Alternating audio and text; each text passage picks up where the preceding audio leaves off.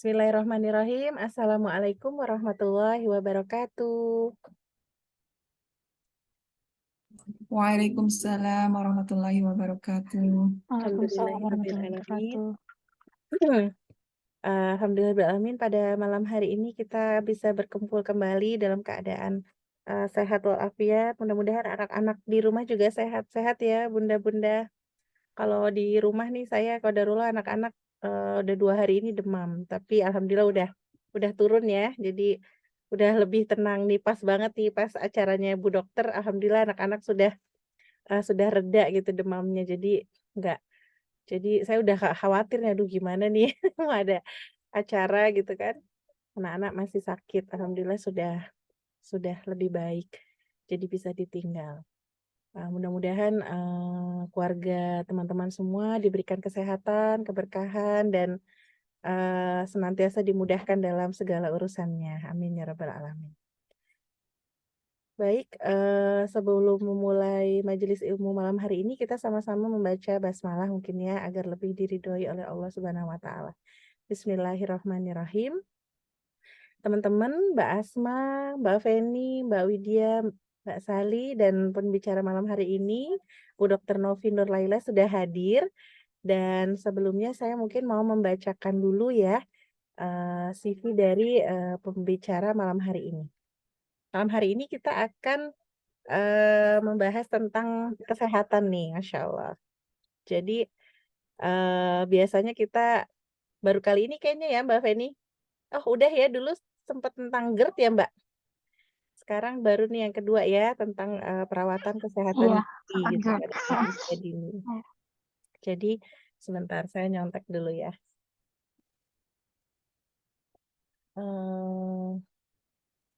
CV dari Bu Dokter.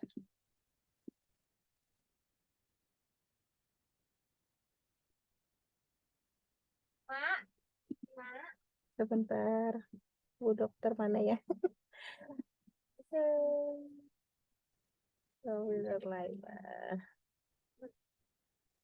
Kebanyakan grup nih jadi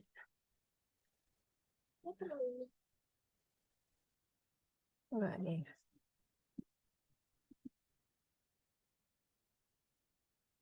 Baik, saya bacakan ya. Ini belum.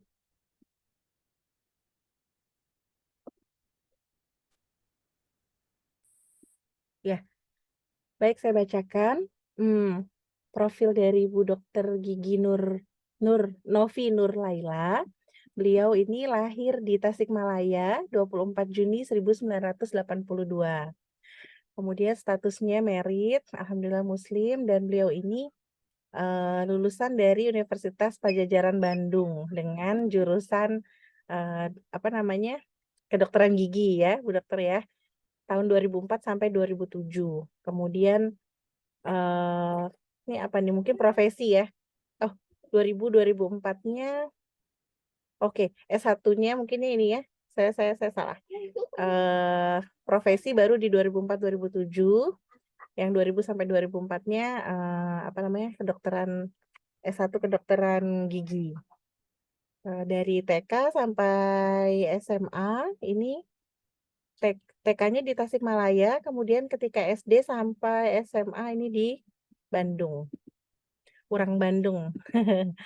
Dan pengalamannya Masya Allah ya, banyak sekali di tahun 2007-2008 bekerja di klinik gigi Sehat Waluya, kemudian juga beliau pernah juga di Flores NTT, di PTT. PTT itu apa ya? PTT Pusat Kabupaten Manggarai Pengabdian Tengah. pada masyarakat Oh, itu Masya di Allah. masyarakat terpencil Masya Allah, ini waktu di pengabdian daerah. ya, Bu Dokter ya. Masya Allah, jauh-jauh ya Bu. Timur semua nih, Masya Allah, keren Senang banget. berpetualang saya dulu, senang Iya, traveling. iya, mungkin nanti bisa di-sharing di sini ya Bu Dokter ya. Kemudian pernah juga di Maluku, Kepulauan Aru, Masya Allah. Kemudian pernah di Pertamina Hospital Cilacap, Jawa Tengah. Kemudian juga Dokter Gigiku, Dental Klinik Jakarta, di Jakarta 2012. Dan sampai saat ini beliau memiliki klinik gigi di Bekasi, betul ya Bu Dokter ya? Di Tuh. Cendrawasih. Dental Clinic. Nah, buat yang rumahnya di Bekasi atau kalau mau main ke Bekasi sekalian nih silaturahmi ke rumah Bu Dokter. Di itu sekalian rumah ya Bu Dokter ya? Atau berbeda-beda? Enggak, Oh enggak, beda hanya tempat ya? klinik. Oh, Masya Klinik Allah. khusus gigi. Iya, baik. Nah, selain itu, beliau juga aktif dalam pemeriksaan rutin dan penyuluhan gigi anak, TK, dan anak SD. Kemudian, oh ya, TK-TK-nya nih seperti TK Penguin Family di Bekasi, TKI Al-Azhar Harapan Indah, dan SD Mentari Indonesia. Oke, sekian perkenalannya. Mungkin nanti kalau mau kenal lebih lanjut, bunda-bunda semua bisa langsung japri aja ke Bu Dokter. Bentar. Baik, Bu Akhirnya Dokter. ketemu yang seumuran. Oh gitu ya Mbak Feni. Kebanyakan di sini junior semua. Masya Bu Allah, Dokter, kita akhirnya ya. seangkatan ternyata. Alhamdulillah. Tapi nggak kelihatan Bu Dokter sama Bu Feni nih, Mbak Feni, Masya Allah, awet muda ya. Baik, Alhamdulillah udah banyak juga yang hadir. Mungkin tanpa berlama-lama lagi, kita persilahkan Bu Dokter untuk mempresentasikan materi pada malam hari ini mengenai merawat kesehatan gigi pada anak usia dini. Nanti seperti biasa teman-teman boleh bertanya ya, bisa lewat chat juga sekali atau bisa langsung bertanya, langsung raise hand aja setelah Bu Dokter menyampaikan materi.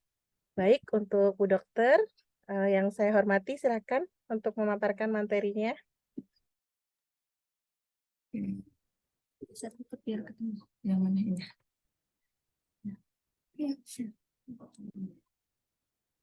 Loh. Mana salah. Nah, sini. Yang awal. Gua nggak bisa. Nah, Bismillahirrahmanirrahim. Assalamualaikum warahmatullahi wabarakatuh. Waalaikumsalam. Waalaikumsalam warahmatullahi Suaranya sudah jelas ya? Cukup Sudah terdengar? jelas. Jelas-jelas Bu Dokter. Sudah. Alhamdulillahirrabbilalamin. Terima kasih untuk WA Group Psikologi Anak Usia Dini memberi kesempatan pada malam hari ini kepada saya untuk memberikan materi tentang perawatan gigi khususnya pada anak usia dini. Sebelumnya kita luruskan niat agar ilmu yang kita pelajari hari ini mendapatkan keberkahan dari Allah Subhanahu wa taala. Rabbi shrah li sadri wa yassir amri wahlul 'uqdatam min lisani yafqahu qawli. Allahumma inna nas'aluka 'ilman nafi'an wa na'udzubika min 'ilmin la yanfa'. Bismillahirrahmanirrahim. Kita mulai ya. Perawatan gigi pada anak usia dini. Ini sebenarnya hanya judul. Tetapi yang saya bawakan di sini sebenarnya perawatan gigi dari mulai bisa dikatakan dari mulai lahir sampai ke depannya gitu. Agar goalnya itu agar kita tidak tergantung pada dokter gigi gitu. Kita bisa menganalisa kekurangan pada diri kita, apa yang harus diperbaiki untuk kedepannya agar tidak mengandalkan gitu dokter gigi ya. Bismillah. Nah, masalah pada rongga mulut anak usia dini yang banyak ditemui ini biasanya yang saya banyak temui ini karies gigi udah pasti ya, udah banyak sekali. Kemudian black stain itu pewarnaan yang melekat pada gigi itu pada gigi anak, tapi warnanya kehitaman. Nah itu khas ya, dia bukan kuning tapi hitam gitu. Penyebabnya ada khusus. Kemudian tangtai itu perlekatan frenulum lingualis yang terlalu pendek gitu, sehingga mengganggu saat laktasi, kemudian saat berbicara dan saat pengunyahan dan lain-lain gitu. Tangtai ini banyak ditemukan juga pada akhir-akhir ini lebih banyak ya kasusnya. Kemudian plak gigi pada anak ya, biasanya berwarna kekuningan. Dan yang paling common, yang paling banyak itu adalah nursing battle caries. Nursing battle caries ini khas sekali polanya, dimulai dari gigi incisivus, biasanya ini gigi seri depan, kemudian menyebar ke gigi sebelahnya, kemudian ke gigi-gigi taring, Dan nanti semakin parah itu dia akan menyebar ke gigi-gigi bawahnya gitu. Dia polanya itu berurutan. Nah, ini disebabkan karena penggunaan botol susu gitu. Karena karies karena susu, terutama penggunaan susu formula ya. Kalau ASI biasanya nggak separah ini, tapi kalau susu formula itu khas sekali gitu. Ini dia menyebabkan karies ini. Dan faktanya hasil riset pada tahun 2018, hasil riset kesehatan dasar itu memperlihatkan prevalensi karies itu pada anak usia dini itu tinggi sekali, sampai 93%. Artinya apa? Hanya 7% dari anak usia dini itu di Indonesia yang bebas karies. Bayangkan banyak sekali ya. Makin ke sini makin modern gitu. Prevalensi karies pada anak-anak itu makin tinggi gitu. Ada apa sebenarnya gitu? Padahal edukasi pasti sudah ya oleh Kementerian Kesehatan itu digalakan dari zaman dahulu gitu ya. Dan target dari WHO itu harusnya 50% yang bebas karies, terutama pada usia 5-60 tahun. Dan ini menjadi PR besar bagi kami untuk mengedukasi masyarakat. Nah, kemudian pertumbuhan gigi susu itu dia sesuai usia. Dia setiap jenis giginya itu mempunyai jadwal tumbuh masing-masingnya. Kemudian cepat atau lambatnya gigi mulai erupsi atau gigi mulai tumbuh itu tergantung dari kecukupan nutrisi, bahan baku yang ada di dalam tubuhnya, dan stimulasinya ya, stimulasi motorik, sensorik. Gigi seri yang paling pertama muncul itu, gigi susu yang pertama muncul itu adalah gigi seri bawah. Ya, gigi seri bawah itu dia muncul pada usia 6 bulan. Paling lambat itu 10 bulan. Nah, jadi kalau yang paling awal biasanya ada yang 5 bulan sudah muncul, bisa aja gitu. Karena mungkin pengaruh stimulusnya lebih banyak gitu ya. Kemudian juga akan diikuti oleh gigi seri atas. Gigi seri atas itu dia muncul biasanya pada usia 8-12 bulan. Kemudian dia juga akan akan diikuti oleh pertumbuhan gigi seri atas ya pada umur 9-13 bulan, dan kemudian gigi seri samping yang rahang bawah pada 10-16 bulan. Kemudian berurutan terus ya dari bawah sini ke atas sini gitu berurutan. Kemudian akan tumbuh sempurna seluruhnya sebanyak 20 buah gigi itu pada usia 25-33 bulan. Nah, itu. Dan gigi susu ini akan digantikan oleh gigi permanen mulai usia 6 tahun. Atau bisa juga 6 tahun kurang. Ada yang pertumbuhan cepat itu 5,5 tahun itu sudah ada gitu. Kemudian akan berganti itu sesuai dengan usianya. Makanya gigi susu yang masih jauh gitu tanggalnya itu berusaha dipertahankan untuk menjaga ruang gitu, untuk menjaga ruang agar perkembangan rahangnya itu sesuai gitu, tidak menyempit gitu. Makanya kalau misalnya dicabut itu sebelum waktunya, kita harus gantikan dengan alat yang disebut seperti space maintainer untuk menjaga ruang. Jadi tidak asal cabut. Dok, ini gigi sudah goyang, udah rusak, minta dicabut. Tidak segampang itu, karena kita juga akan memperhatikan usia tanggalnya itu. Kapan dia muncul penggigi penggantinya. Kalau masih lama, jangan dulu, kita pertahankan, kita rawat, atau kalau memang sudah parah ya terpaksa cabut dengan digantikan dengan alat menjaga jarak, yaitu yang disebut space maintainer. Oke. Selanjutnya kita bahas embriologi. Nah, sebenarnya menjaga kesehatan gigi dan mulut itu tidak dimulai sejak bayi. kalau saya katakan itu kita perlu memperhatikan itu semenjak masa prakonsepsi. Prakonsepsi itu sebelum kehamilan justru. Jadi kenapa masa prakonsepsi? Kita itu ketika konsepsi itu diharapkan nutrisi-nutrisi yang diperlukan untuk disalurkan ke janin yang dalam tubuh ibu itu sudah cukup, tidak defisiensi. Gimana kita mau ngasih ke janin kalau ibu sendiri defisiensi gitu. Jadi baiknya benar-benar kalau mau mempunyai keturunan yang sehat, minim cacat misalnya, minim keluhan-keluhan kesehatan, kita persiapkannya itu sebelum prakonsepsi gitu. Sebelum konsepsi. Jadi masa prakonsepsi. Kita buang-buang dulu toksinnya gitu. Supaya apa? Toksin itu kan men-trigger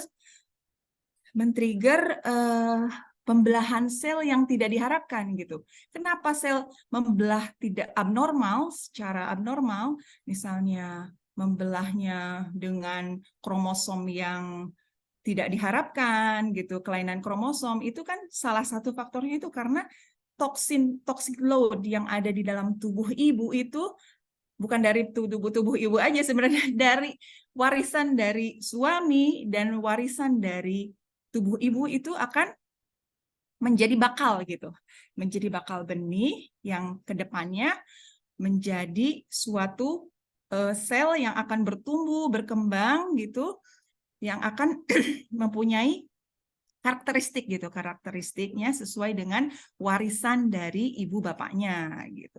Jadi baiknya sebelum masa prakonsepsi ya kita cukupi dulu kebutuhan-kebutuhan tubuh kita, jangan sampai defisiensi gitu, cek dulu semuanya apa yang kurang gitu, terus toksin-toksinnya dibuang. Nah, pada awal kehamilan itu kita baru tahu biasanya 5 minggu ya, baru ketahuan hamil. Oh iya, baru telat gitu 1 minggu. Tahu-taunya udah 6 minggu gitu. Padahal masa konsepsinya itu untuk janin itu dimulai untuk oral nih, terutama ya, dimulai dari janin berusia 4 minggu. 4 minggu ya, kita bisa dilihat di sini. Dari embrio yang berusia 5 minggu saja, dia sudah sudah terbentuk bakal-bakal dari maksila. Maksila itu rahang atas ya, rahang atas, rahang bawah, dan ini nasalnya, dia sudah ada bakal mata, dan lain-lain. Kemudian juga dia akan berkembang pada usia 6 minggunya itu, yang akan menutup itu celah-celah antara kanan kiri, rahang atas, rahang bawah. Nah, di sini krusial sekali ya, makanya kita harus cukup nutrisinya, asupan folatnya juga harus baik gitu untuk mengurangi apa? Kecacatan saat penyatuan maksila dan mandibula ini, yaitu misalnya pada kasus celah langit atau bibir sumbing. Nah, itu kalau misalnya ada masalah di fase-fase ini, ya nanti ke depannya akan terjadi seperti itu ya, salah satunya. Nah, ini juga pada perkembangan 5 weeks ya, kalau diperpanjang itu, kalau diperbesar itu, dia ada pembentukan oral cavity ya, dan pembentukan organ lain. Oke, kita berkenalan dengan giginya itu sendiri. Anatomi gigi, kita sudah sering melihat ya, kalau kita datang ke dokter gigi, gambar-gambar seperti ini. Email sendiri, kita runut ya dari atas. Email ini kita melihat paling pertama kali kelihatan di mulut itu adalah warna putih ya. Warna putih itu yang menunjukkan itu adalah mahkota gigi yang dilapisi oleh enamel. Enamel ini supaya diketahui adalah jaringan paling keras daripada tubuh manusia. Dia itu berasal dari epitel ectoderm yang terdiri dari 96% kristal hidroksiapatit. Nah, itu makanya dia kekerasannya itu bisa lebih dari stainless steel, bisa lebih kuat dari tulang kompak, dari baja, bahkan itu sekeras itu ya enamel itu. Dan mineral utama yang membentuk itu adalah kalsium, fosfor, dan magnesium. Kemudian dentin. Nah, di sini dentin ini dia kandungan hidroksiapatitnya lebih sedikit dan dia mempunyai tubulus-tubulus yang akan menghantarkan nutrisi dari pulpa ke enamel gitu. Dia ada mempunyai saluran-saluran halus ke sini yang akan mengantarkan nutrisi dari pulpa ke enamel sini. Kemudian dia juga bisa membuat dentin sklerotik yang berfungsinya itu untuk melindungi agar bakteri itu tidak mudah masuk ketika ada rangsangan dari luar. Ya. Jadi fungsi dentin ini sangat penting ya. Kemudian di sini juga ada sementum. Sementum itu lapisan tipis ya. Sementum ini dia menghubungkan pembuluh darah ke seluruh bagian gigi ya. Dia ada kontak ke sini. Kemudian juga nah, ini yang main-nya, yang utamanya ini, dia adalah pulpa, kamar pulpa atau pulp chamber. Dia itu, kenapa gigi kita bisa terasa ngilu, terasa sakit, atau terasa sensitif ketika ada rangsangan, yaitu karena fungsi pulpa ini. Fungsi pulpa ini, karena dia terdiri dari pembuluh syaraf, pembuluh darah, kemudian pembuluh getah bening, dan dia juga memiliki sel-sel odontoblas yang dimana dia itu menjadi barrier pertama ketika bertemu bakteri karyogonik gitu. Kemudian dia mempunyai sel-sel odontoblas di sini, kemudian dia juga bisa mengalirkan nutrisi dari saluran dari pembuluh darah ini. Dia melalui pulpa, kemudian dialirkan tadi ya ke dentin, ke enamel. Kemudian di sini juga ada ligamen periodontal. Di sini kalau misalnya di ronsen itu dia itu sebagai garis putih di sini ya. Ligamen itu jaringan ikat. Dia itu fungsinya sebagai shock breaker, peredam daya. Jadi kalau gigi kena benturan keras atau gigi terkena menggigit makanan-makanan yang keras-keras itu tidak langsung crack, tidak langsung rapuh gitu karena dia ada peredam daya di sini. Dia ligamen periodontal, dan kalau misalnya giginya mulai ngilu bisa jadi ligamen periodontalnya itu meradang. Kemudian ini ada gusi ya, gusi itu pelindung, menjadi pelindung dari bakteri. Dia sebagai barrier terhadap bakteri-bakteri yang akan masuk.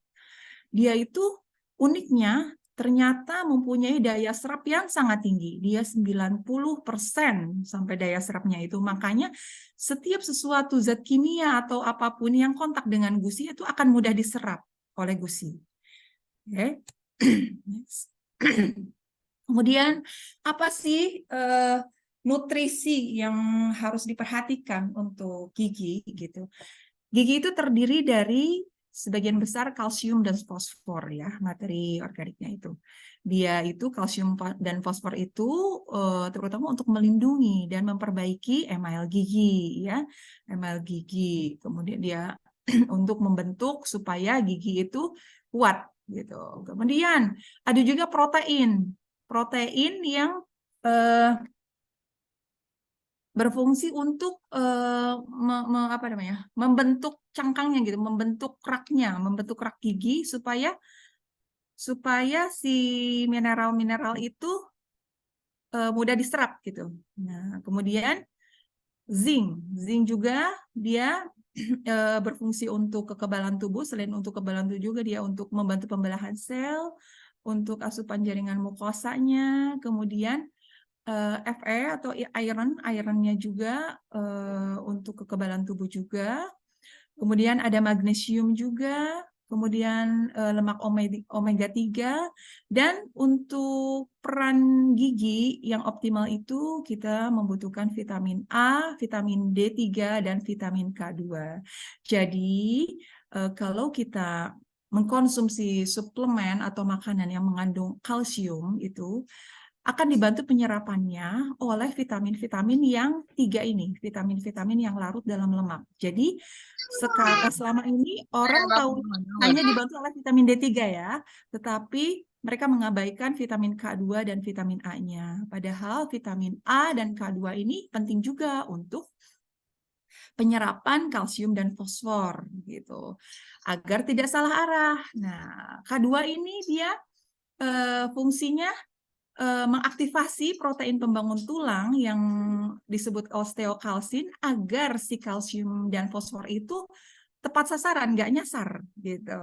Dia kan banyak sekali ya, pernah dengar nggak ada rajin minum susu tetapi jadinya pengapuran tulang, atau rajin minum susu ternyata ada penyakit jantung yaitu yang namanya arteriosklerosis atau pengapuran pembuluh darah. Nah, itu salah satunya efek dari defisiensi vitamin K2 ini ya. Ada juga anak-anak yang ternyata sudah mengalami itu ya, sakit jantung gitu, aterosklerosis karena ini defisiensi K2 ini. Dan vitamin A juga berperan terhadap penyerapan kalsium ini. Dia menjaga agar organnya tetap basah. Next. Oke. Nah, oke, kita membicarakan segala sesuatu dulu yang berhubungan dengan gigi ya, yang nanti akan ada kaitannya tentunya dengan penyakit-penyakit mulut yang tadi. Kita berbicara tentang bakteri dulu nih.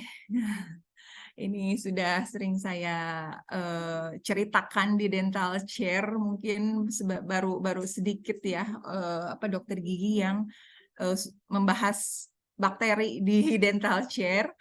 Tetapi saya sangat concern sekali dengan mikrobiom ini. Jadi human oral microbiome itu merupakan kedua terbesar dan paling beragam jenisnya setelah usus jenis bakteri. Jadi bakteri di dalam mulut ini banget ya, kompleks sekali ya. Dia beragamnya paling banyak dan jumlahnya juga paling banyak. Dia itu dan stabil gitu, lebih stabil daripada usus. Jadi kebayangkan kalau misalnya sudah terjadi ketidakseimbangan di mulut itu si mikrobiom, apalagi di dalam gitu. Di mulut aja sudah dikatakan dia lebih stabil gitu daripada yang di dalam. Apalagi kalau sudah ada ketidakseimbangan di dalam mulut gitu. Di dalam apa kabar gitu ya.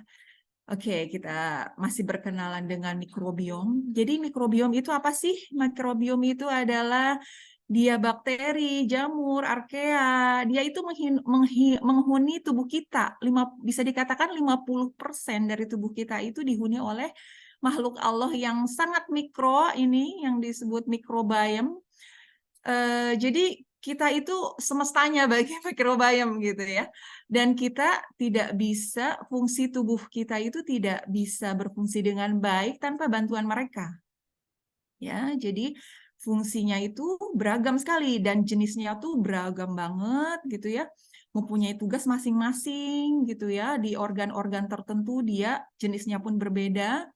Nah, apabila si mikrobiom ini kan berfungsinya itu sebagai pertahanan imun gitu ya, untuk produksi mukus, untuk pencernaan, dan bahkan untuk mood loh, untuk mood ya, untuk berkaitan dengan psikologi gitu ya. Ada gut brain axis ya, itu hubungannya antara pencernaan dengan otak gitu. Ada yang fungsinya di otak gitu. Dan kemudian si mikrobiom ini akan terganggu, yang akan apabila terganggu keseimbangannya yang akan akan menimbulkan masalah-masalah kesehatan, termasuk penyakit-penyakit. Contohnya saja, yaitu contohnya karies. Salah satunya apabila tidak seimbang si mikrobiom itu, atau misalnya depresi, anxiety, itu juga bisa karena ketidakseimbangan mikrobiom. Ada koagulasi pembuluh darah.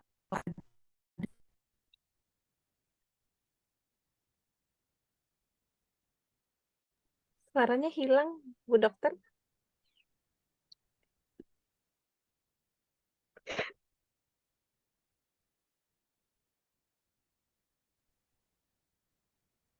Bu Dokter, suaranya hilang deh.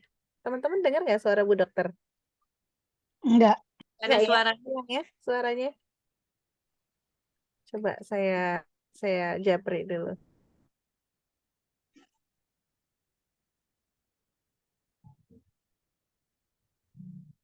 Ya, penggunaan Baru ada. tadi, ya, gimana? Tadi sempat hilang suaranya Bu Dokter. Tadi sempat gitu. hilang Udah suaranya. ada. Oh gitu. Ya. Ini gimana? Oke, sekarang Sudah Ini balik bagian- lagi ya suaranya. udah. Oh, Iya, sudah. sampai sini. Oh, Ha. sorry. Oke. Jadi makrobiom ini makin beragam jenisnya di tubuh kita itu akan makin baik. Dan manusia yang paling banyak ragamnya itu dikatakan, walau alam, itu katanya Rasulullah Shallallahu Alaihi Wasallam. Dia mempunyai mikrobiom yang paling banyak ragamnya. Itu dihubungkan dengan kisah Telaga Izik ya. Pernah dengar dari Instagramnya Zaidul Akbar. Jadi ludahnya dulu tuh Telaga Izik itu dia sangat kotor dan airnya tidak bisa dimanfaatkan. Ketika diludahi oleh Rasulullah, walau alam ya, kemudian telaga itu dia jadi bersih gitu, jadi bisa digunakan. Nah, kemudian kita juga penting untuk menjaga keseimbangannya dan keberagamannya agar tidak terjadi disbiosis. Apa itu disbiosis? Disbiosis itu adalah ketidakseimbangan perbandingan antara bakteri patogen dan bakteri yang menguntungkan serta bakteri yang netral. Dan disbiosis juga bisa disebabkan karena kurang beragamnya spesies mikrobiom. Dan yang tadi sudah dikatakan, kalau sudah terjadi disbiosis akan menimbulkan berbagai masalah ya, masalah kesehatan dan penyakit. Oke, kita balik lagi ke rongga mulut. Nah, rongga mulut ini pH optimalnya itu pH netral 7 ya. Apabila di pH yang optimal, si gigi itu dia mempunyai agen antimikroba yang kuat yang disebut hipotiosianid.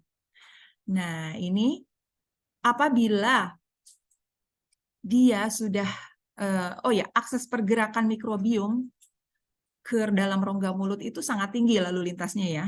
Dia bisa melalui saat kita makan, saat kita minum, dia bisa ya masuk ya dengan mudahnya. Kita tertawa, kita menguap, menangis, dan itu bisa. Halo? Masih terdengar Bu Dokter? Oh, masih. Ini ada notif soalnya. Ya itu ya. Jadi lalu lintas mikrobiom ke mulut kita itu sangat tinggi ya. Nah, kemudian tetapi rongga mulut kita ini mempunyai pasukan pertahanan gitu, yaitu si bakteri-bakteri tadi yang bisa menyeleksi gitu. Bakteri mana yang mempunyai visi yang sama gitu untuk bekerja sama di dalam dan yang menguntungkan aja. Kalau yang tidak menguntungkan dia usir gitu. Tetapi keadaan ini akan berubah tiba-tiba dengan cepat apabila diganggu kondisi lingkungannya. Salah satunya apa? Oleh asupan gula dan karbohidrat. Asupan gula dan karbohidrat yang berada di dalam mulut terlalu lama itu akan mengubah pH mulut, pH saliva ya. Akhirnya menjadi asam. Ya, pH-nya di bawah 5,5 ya. Di bawah 5,5 itu dia udah pH kritisnya itu 5,5, dia udah berubah menjadi asidosis atau asam. Nah, ketika keadaan asam atau asidosis, maka keberagaman mikrobiom juga akan terganggu. Nah, produksi asam laktatnya itu akan tinggi yang dihasilkan oleh satu jenis bakteri, oleh beberapa bakteri yang memang dia bakteri oportunistik yang mangsanya itu memang gula gitu ya. Kemudian akhirnya dalam kondisi asam itu kalsium dan fosfatnya itu terganggu, akhirnya membuat kavitas atau lubang di gigi karena perubahan keasaman di permukaan gigi itu tadi akibat aktivitas bakteri. Nah, tadi ya, jadi makanan manis gula ini apabila ada di dalam mulut terlalu lama, tidak sikat gigi gitu, itu akan menjadi makanan untuk bakteri Streptococcus mutans ya. Streptococcus mutans ini dia bakteri yang berperan dalam melakukan karies ini, dalam menghasilkan asam laktat yang menjadikan mulut gigi berkaries. Nah, kemudian kita juga membahas saliva atau air liur. Air liur ini sebagai protektor ya, protektor pelindung dalam rongga mulut. Dia banyak sekali kandungannya yang tidak terlihat. Kelihatannya air, memang air hampir 95%, 95% itu terdiri dari air.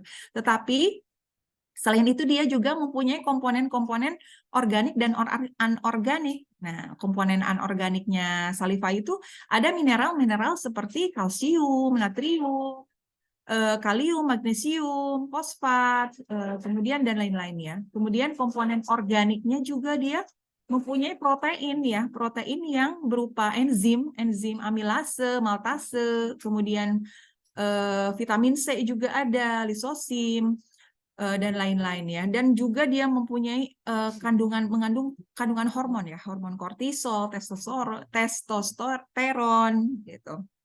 Nah, dengan kandungan saliva yang seperti ini, yang banyak ini, tentunya pH-nya itu harus dijaga ya. Tadi seperti yang slide sebelumnya itu, pH saliva itu akan mempengaruhi ya ketidakseimbangan mikrobiom dan lain-lain.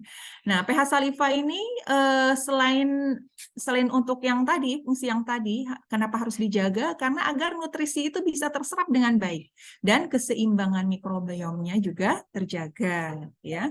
Apa yang terjadi bila pH-nya meningkat?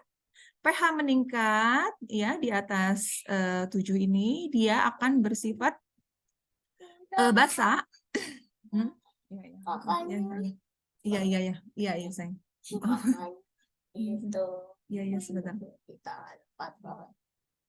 Apabila pH meningkat akan bisa terjadi remineralisasi kembali, yaitu mineral-mineral gigi yang hilang itu akan bisa kembali. Tetapi apabila pH di bawah 5,5 ini yang bersifat asam atau asidosis, dia akan terjadi demineralisasi. Apa itu demineralisasi? Yaitu menghilangnya mineral-mineral pada email gigi gitu, yang akan memicu terjadinya karies dan penyakit-penyakit gusi karena kalsiumnya itu tidak sesuai tempatnya gitu. Dia bleber kemana-mana gitu kalsiumnya itu. Ya. Kemudian, oke, kita masuk ke masalah utama yang tadi, yaitu karies gigi. Nah, karies itu ada beberapa tahapan ya. Jadi awal mulanya karies itu apabila bunda-bunda mencermati itu, kalau kita perhatikan gitu ya, setiap bagian tubuh anak itu sebenarnya memberikan informasi-informasi ya.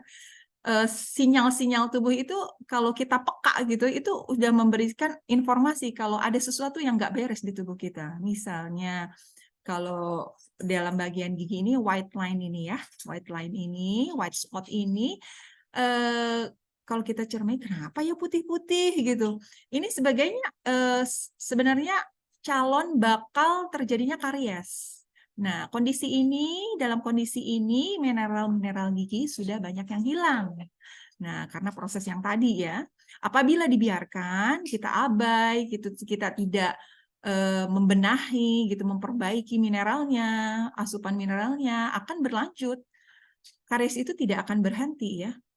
Prosesnya akan terjadi perjalanan karies yang terus-menerus gitu kalau karies itu. Apabila suasana dan kondisi tubuhnya tidak dijaga, tidak diperbaiki. Nah, yang akan kemudian menjadi karies yang berkavitas yang tadi ya, yang sudah dirusak emailnya oleh bakteri. Nah, karies superficial namanya. Apabila kariesnya baru mengenai lapisan email saja. Ya, biasanya pada lapisan email ini tidak ada gejala pada anak. Anak-anak juga merasakan tidak ada keluhan apa-apa. Tetapi ibunya yang harus aware ya. Ini kalau udah kayak gini tuh cepat-cepat gitu. Ya, kemudian dia akan berkembang lagi menjadi lebih dalam, menjadi karies media. Nah, karies media ini apabila sudah mengenai dentin, ya, lapisannya sudah dalam, dia sudah terkena dentin yang tadi. Nah, biasanya gejalanya pada anak-anak itu dia akan merasakan ngilu apabila makan yang manis-manis atau makanan-makanan yang terangsang. Biasanya makan coklat, makan wafer itu kok ngilu. Nah, biasanya itu kariesnya sudah mencapai dentin ya. Nah, di sini sudah perlu pertolongan dokter gigi ya untuk apabila sudah karies media ini. Nah, dia juga tidak akan berhenti sampai di situ. Dia akan makin dalam lagi perjalanan kariesnya itu menuju ke pulpa. Nah, ini yang sudah mengganggu, mulai sangat mengganggu. Biasanya simptomnya itu sakitnya tiba-tiba hilang timbul. Kadang ada, kadang enggak gitu. Tiba-tiba aja bukan lagi makan, lagi nonton TV atau lagi main tiba-tiba ngilu gitu. Nah, itu biasanya sudah terkena pulpanya. Ya, dia kariesnya juga lebih dalam. Biasanya makanan-makanan sering nyangkut. Kalau misalnya makanan nyangkut ke situ, kegigit itu sakit biasanya. Atau dia sakitnya terus-menerus. Nah, kalau sakitnya terus-menerus itu dia berarti infeksi pulpanya sudah lebih luas ya. Dia sudah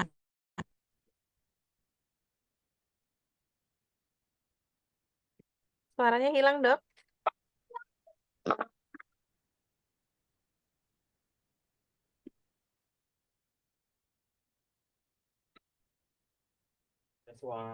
Suaranya hilang, Dok.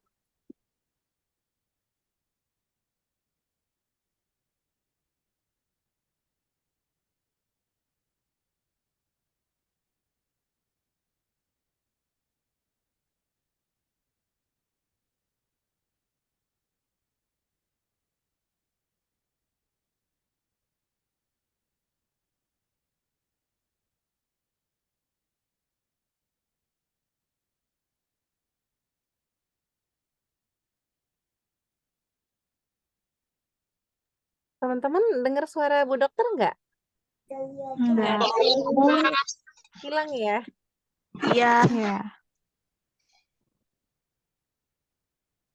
Bu dokternya denger kita nggak sih? Takutnya Bu dokternya nggak denger kita.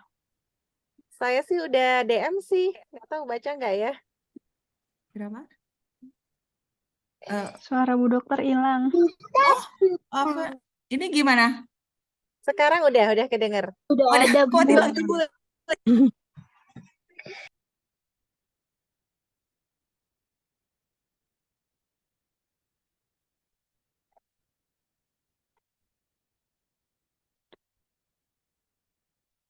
Nggak ada lagi. Ini hilang lagi.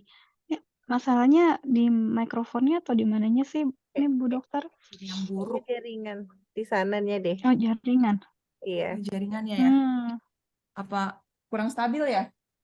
Oh, sekarang udah kedengar suara Bu Dokter? Oh, sudah. Sekarang udah. Kurang stabil mungkin ya? Sudah ya? Hilang timbul ya kadang-kadang. Jadi Sudah. karies ini bisa kita beri gambaran kalau karies ini tidak hanya dikarenakan oleh oral hygiene yang buruk ya. Bukan hanya karena malas sikat gigi gitu, karena jorok gitu. Ada kasus ya di klinik itu, Dok kenapa ya? anak saya itu yang adanya nih gitu, dia itu rajin loh sikat giginya, tetapi apa sih, lubangnya cepet banget gitu. Udah ada lubang beberapa gitu, tapi ini kakaknya nih gitu, dia tuh malas loh sikat giginya, dia ada lubangnya gitu. Nah, itu apa yang membedakan gitu? Pasti ada sesuatu ya dalam tubuhnya yang membedakan. Jadi bukan hanya oral hygiene. Mungkin karena keberagaman bakterinya itu si kakaknya.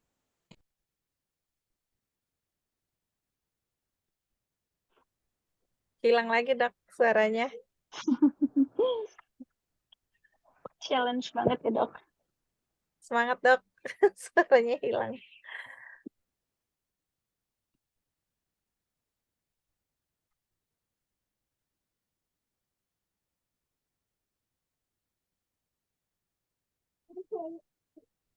Suaranya hilang. Enggak kayaknya Bu dokternya. Dokter Novinya lagi semangat, tapi suaranya nggak ada.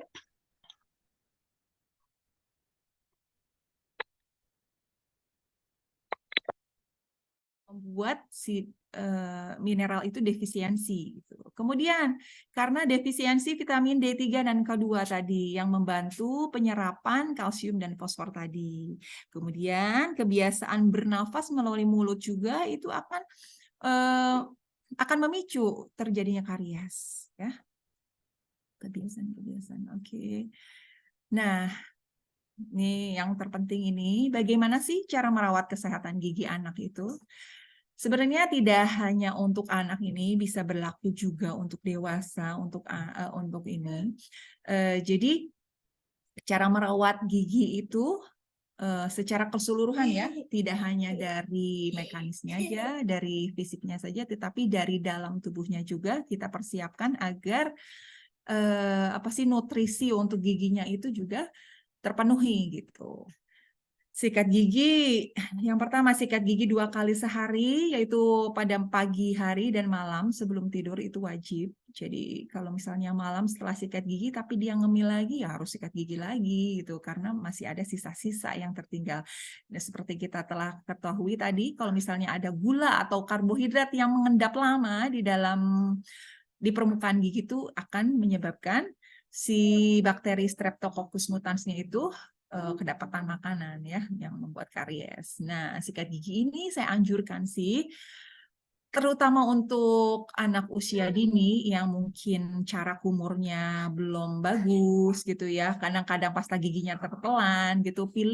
Pilihlah pasta gigi yang tidak mengandung fluoride.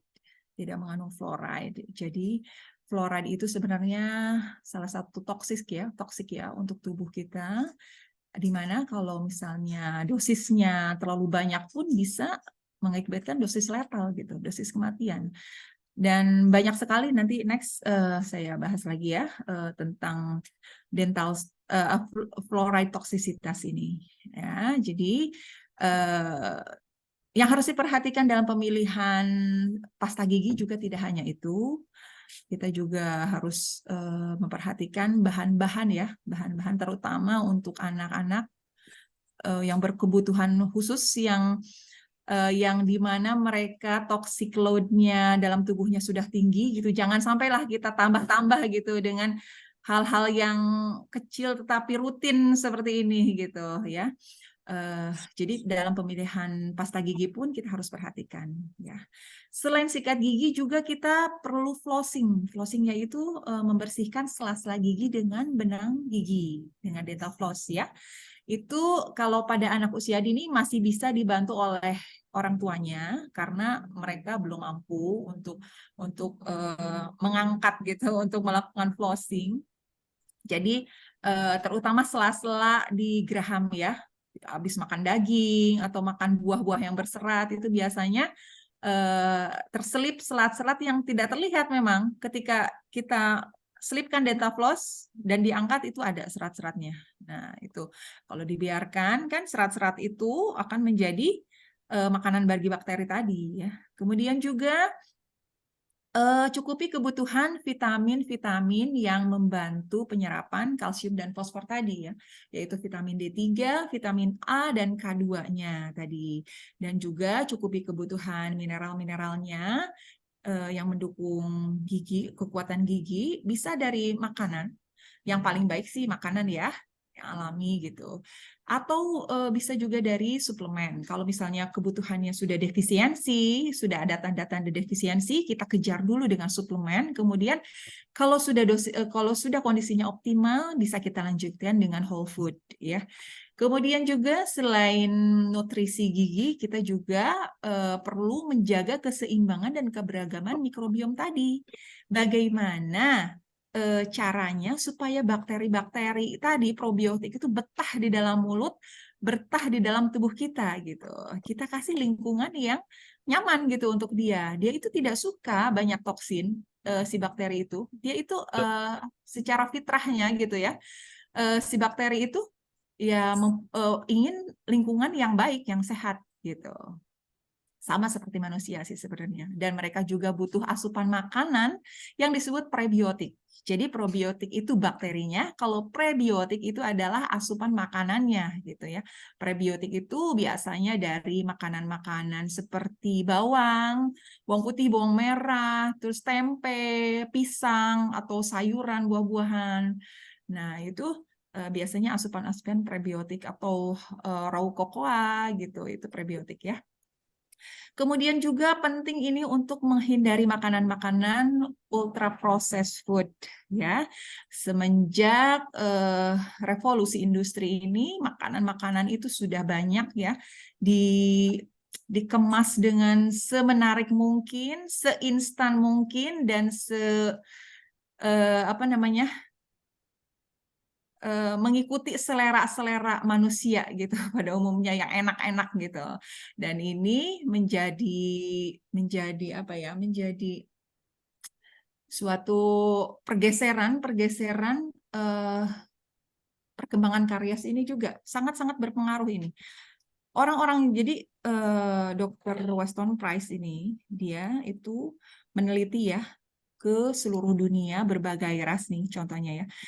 Dia itu menemukan orang-orang yang primitif yang masih makan makanan alami itu kondisi giginya itu bebas karies, lengkung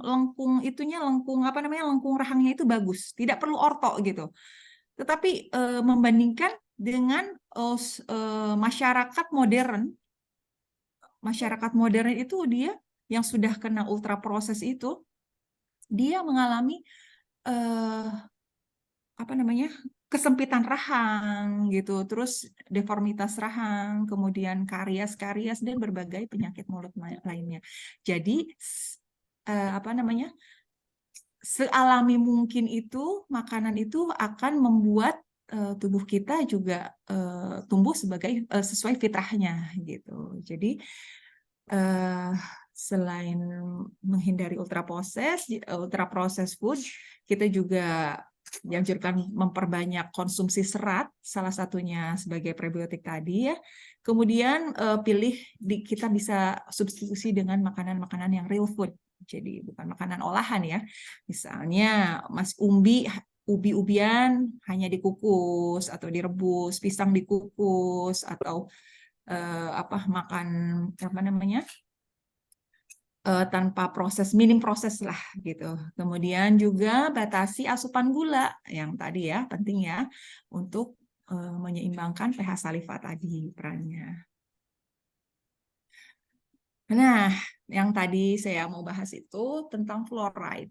Di luar negeri itu sudah banyak sekali yang sudah concern dengan fluoride ya. Mereka banyak menciptakan pasta-pasta gigi yang bebas fluoride. Nah, fluoride free, no fluoride atau SLS. SLS ini deterjen gigi ya. Sodium lauryl sulfat biasanya. Kalau misalnya di ingredient kita lihat di itu tuh dia biasanya ada SLS atau deterjen gigi yang membuat si pasta gigi itu menjadi berbusa dan kemudian jadi lebih segar ya, lebih kesat gitu. Kemudian juga triklosan nih, triklosan juga menjadi red flag itu untuk pemilihan sikat gigi, pasta gigi, ya, kandungan-kandungan seperti apa sih? Mereka udah banyak ya yang menciptakan pasta-pasta gigi yang bebas fluoride ini. Hanya kita aja ya, di kita masih menggalakkan, ayo sikat gigi dengan pasta gigi berfluoride gitu.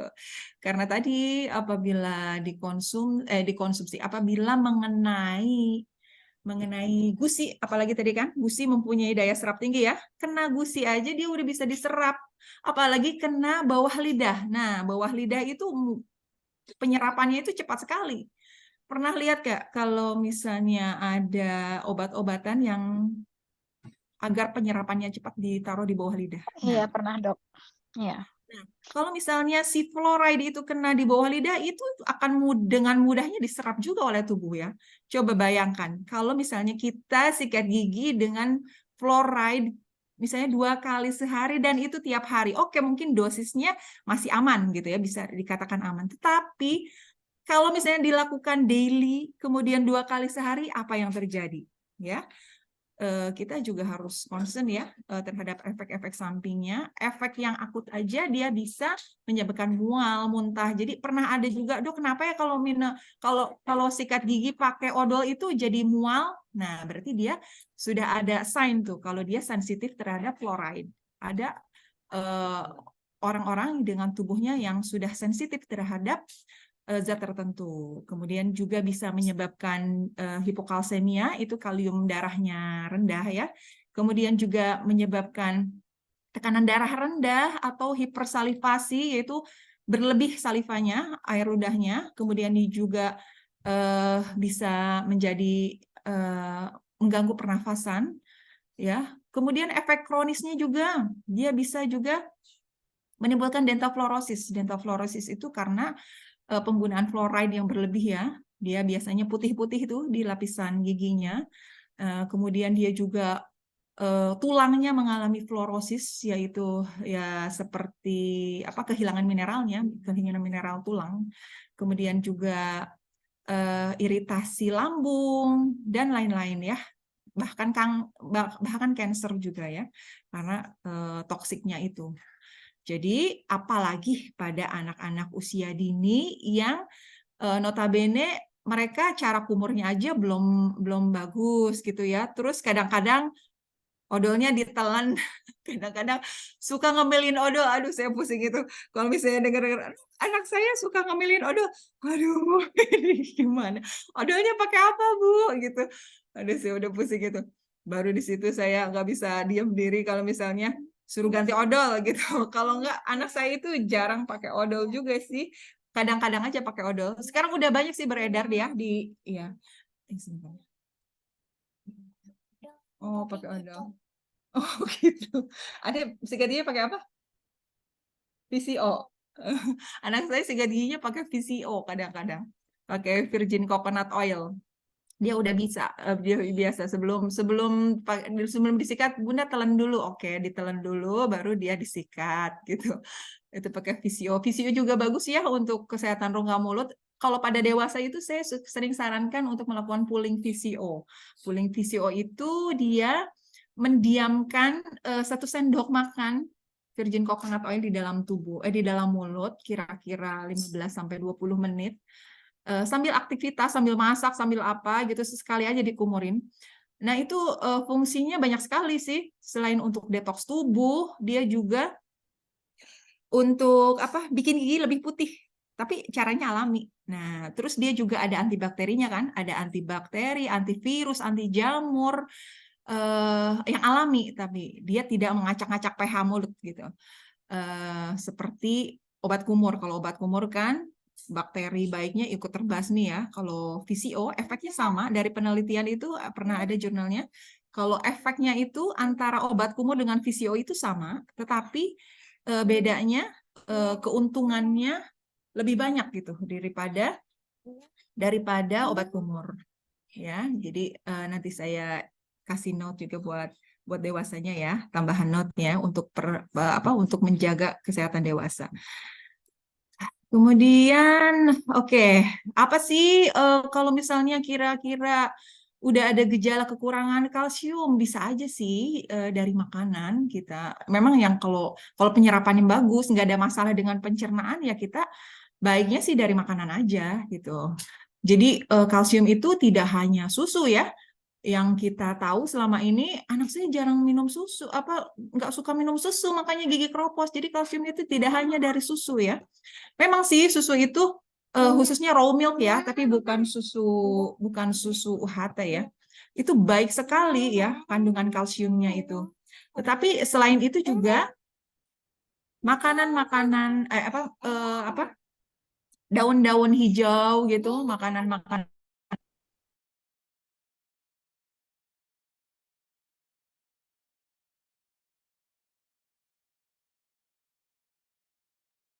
Suaranya hilang, dokter. Oh, tuh. Kenapa ya? Sudah ada.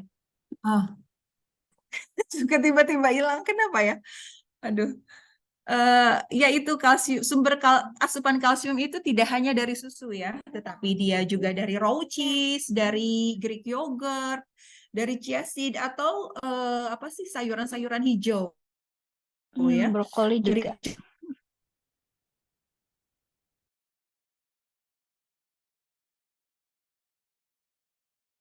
Suara dokter hilang lagi. Iya. Hilang lagi, Dok. Masya Allah, semoga dimudahkan.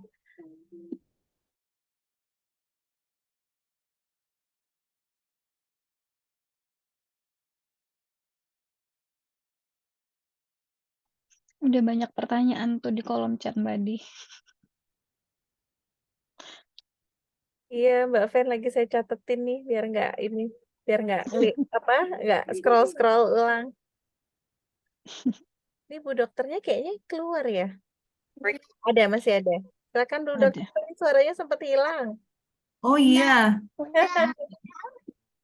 next. Kok nggak bisa? Ya, tolong dong. Share Bentar. screen-nya Kok ya. nggak bisa next ya?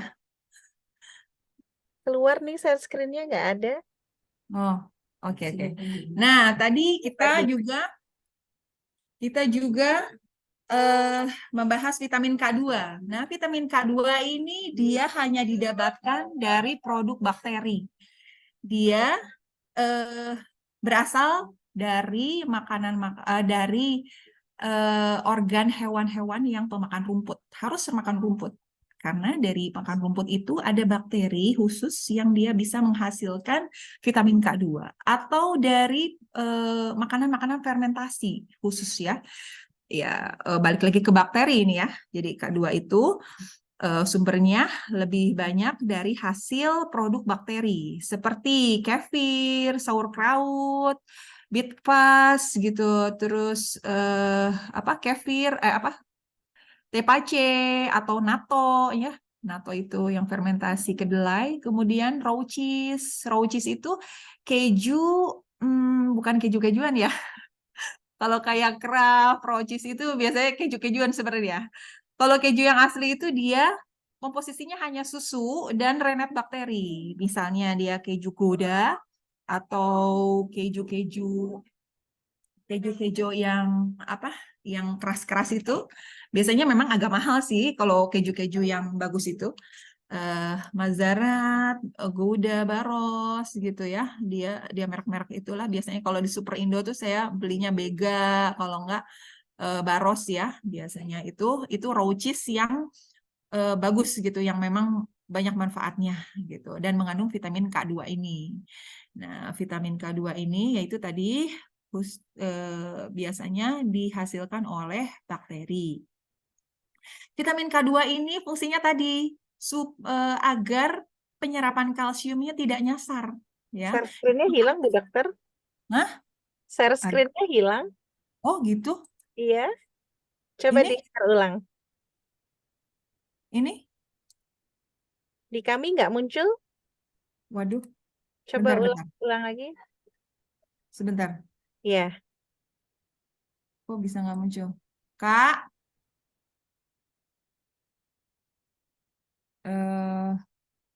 Atau nggak perlu, nggak apa-apa ya teman-teman ya.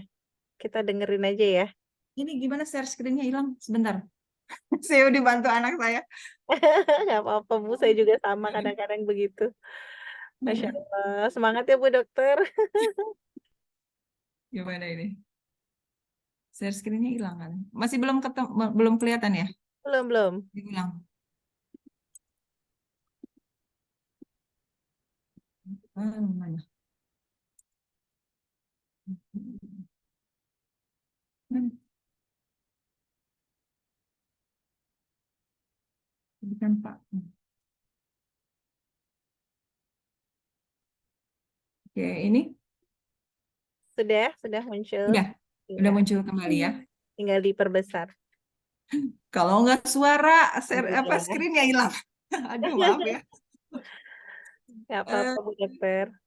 Jadi tadi ya vitamin K2 itu dia membantu mengaktifkan osteokalsin ya, protein ya, protein yang tadi, protein tulang itu tadi, untuk menjadi kalsium yang mudah diserap oleh tulang gitu ya. Jadi jangan sampai nyasar gitu, dia mengarahkan si vitamin K2 itu mengarahkan jangan sampai dia nyasar menjadi karang gigi atau batu ginjal atau pengapuran tulang gitu. Ini adalah peranan K2 tadi ya.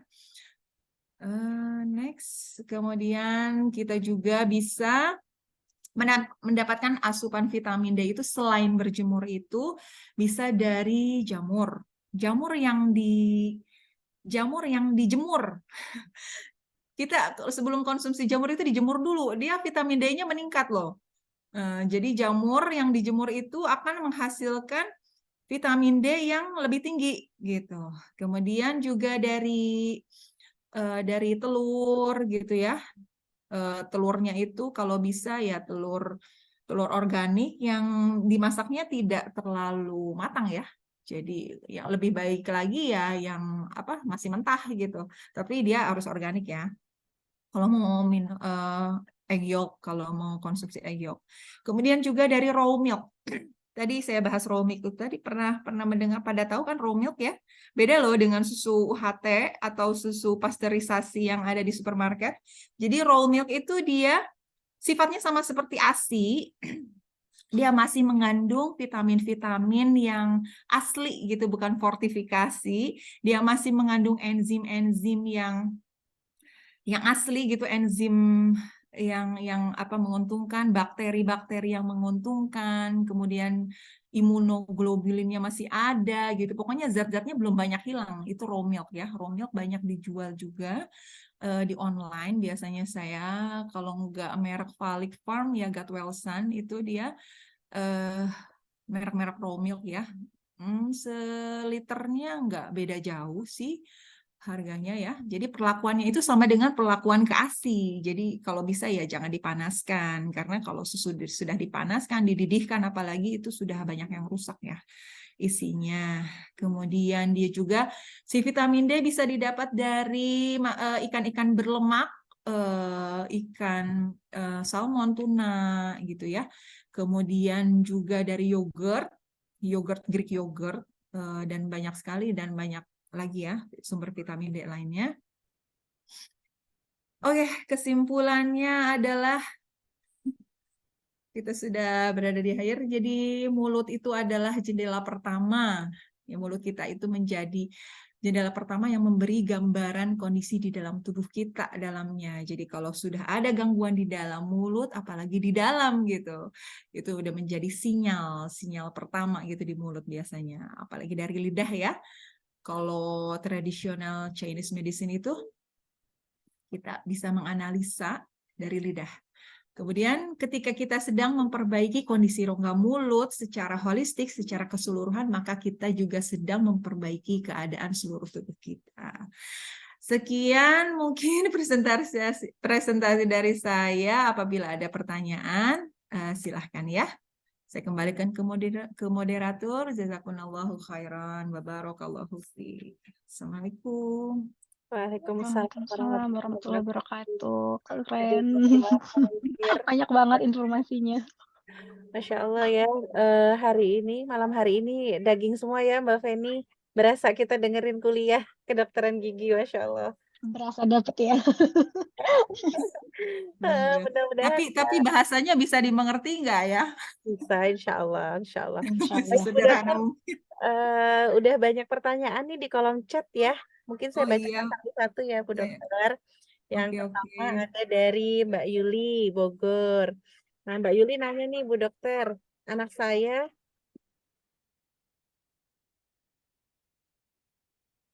Anak saya usia 4 tahun, bolong gerahamnya dan ngerasa ngilu. Apakah itu perlu ke dokter?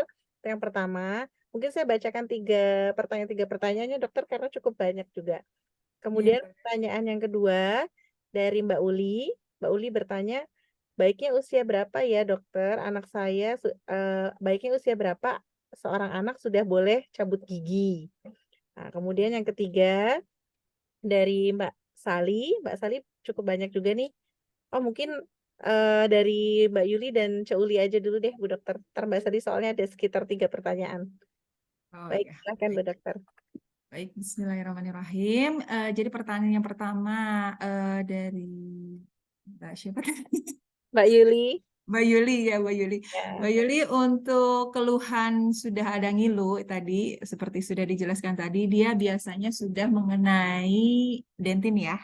Nah, penanganannya itu eh, bisa datang ke dokter gigi untuk dibantu ditambal, tetapi kalau dilihat lagi, kalau misalnya saya tuh kalau anaknya ada keluhan lain gitu, saya pertimbangkan, suruh pilih mau ditambal apa enggak. Gitu.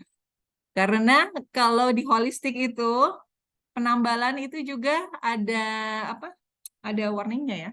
Karena bahan tambal itu bisa dikatakan ya masih ada toksiknya ya, meskipun mengandung fluor dia biasanya, tambalan GIC atau glass ionomer pada gigi susu itu biasanya mengandung fluor dan melepaskan fluor. Untuk anak-anak dengan kompromis gitu ya, yang mempunyai kondisi khusus, ya baiknya tidak dilakukan penambalan dengan glass ionomer gitu. Tapi kalau misalnya nih seperti ADHD atau autis atau dan lain-lain itu kan eh, kondisi khusus ya, kondisi khusus yang harus menyingkirkan toksin gitu sebanyak mungkin dalam tubuhnya gitu. Kita jangan tambah gitu. Karena memang glass ionomer itu masih mengandung zat-zat ya yang kurang menguntungkan sih bagi tubuh ya. Tapi kalau misalnya baik-baik aja tetap dan kelenjar limfanya limfatiknya bekerja dengan baik dan nggak ada keluhan kesehatan bisa dipertimbangkan untuk penambalan tadi ya, penambalan di dokter gigi gitu begitu Mbak Yuli. Dan yang pertanyaan kedua itu di usia sini. berapa cabut gigi? Oh iya, cabut gigi itu tadi ada tahapan-tahapannya ya, berdasarkan ini nih.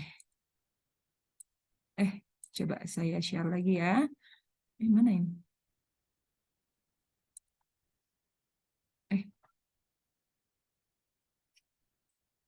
Kak,